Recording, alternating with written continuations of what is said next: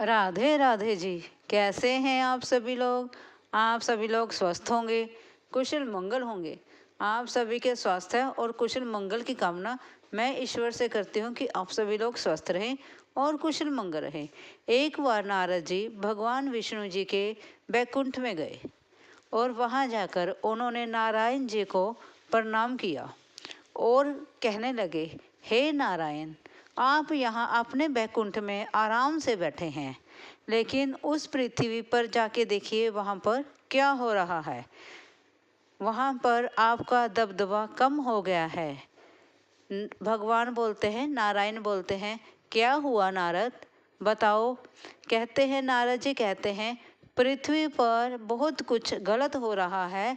जो पाप कर रहे हैं उनको अच्छा फल मिल रहा है और जो पुण्य कर रहे हैं उनके साथ बुरा हो रहा है।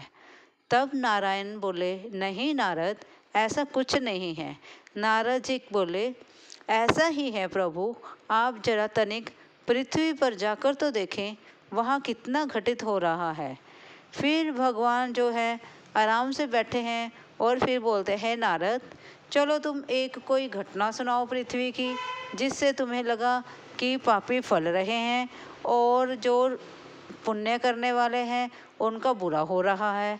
आपने क्या देखा है पृथ्वी पर, जरा मुझे विस्तार से बताएं।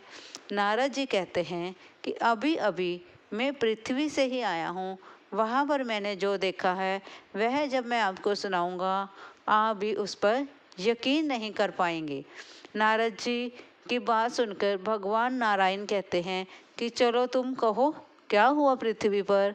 तब नारद जी कहते हैं, अभी अभी जब मैं पृथ्वी पर था तब मैंने देखा एक गाय नदी में डूब रही थी।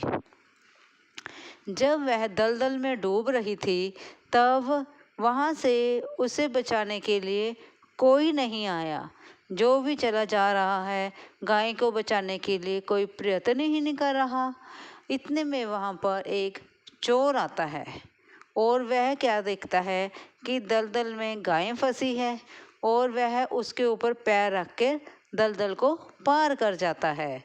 और जो ही वह दलदल को पार करता है, आगे जाता है, तब उसे सोने से भरी हुई एक एक गुथली मिलती है, जिसे कि गठड़ी मिलती है, जिसमें बहुत सारी सोने की मोहरें होती हैं। और इतने में ये तो एक बुरे इंसान था, चोर जो था, तब भी उसे सोने की मोहरें मिल गई। और इतने में एक बुजुर्ग व्यक्ति आता है जो पुण्य करता है और वह गाय को बचाने की कोशिश करता है, लेकिन गाय इतनी भारी होती है कि वह बुजुर्ग व्यक्ति उसको बचा नहीं पा रहा था। लेकिन उसने फिर भी अपने शरीर का पूरा बल लगा दिया गाय को बचाने के लिए। जैसे ही उसने गाय को दलदल से बाहर निकाला, त्यों ही वह व्यक्ति फिसलकर आप दलदल में गिर गया। तो क्या यह प्रभु ठीक था? फिर प्रभु ने कहा, यह ठीक था, बिल्कुल ऐसे ही होना चाहिए था। नारद जी बोले, कैसे प्रभु? ये तो बहुत गलत हुआ। पापी को सजा न मिली, पुण्य करने वाले को सजा मिल गई। तब नारायण जी नारद को समझाते हैं, सुनो नारद, जो भी फल पृथ्वी पर व्यक्ति भुगत रहा है वह उसे कर्मों का फल है। जैसे वह चोर था, उसके कर्मों में धन लिखा था, खजाना लिखा था, तो वह गाय के ऊपर पैर रखकर उस पार कर गया और उसे खजाना मिल गया।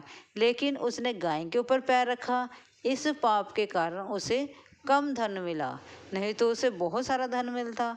और जो वह बुजुर्ग व्यक्ति था वह उसने पहले पाप किए थे, उसके कर्म बुरे थे, इसलिए उसने गाय को बचाया तो वह दलदल में फसल कर गिर गया, लेकिन उसकी मृत्यु निश्चित थी, इसलिए वह छोटी सी घटना में ही टल गई। इस प्रकार से हर व्यक्ति के कर्मों का फल उसे भुगतना ही पड़ता है, चाहे वह कर्म अच्छे हों चाहे बुरे हों। जैसे जैसे इंसान कर्म करेगा वैसा वैसा फल वह पाएगा ही पाएगा। नारद, इसमें कुछ भी गलत नहीं है।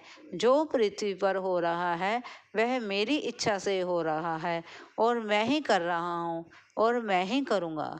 जो करता हूँ मैं करता हूँ, जो कर रहा हूँ, जो हो रहा है मेरे कारण ही हो रहा है।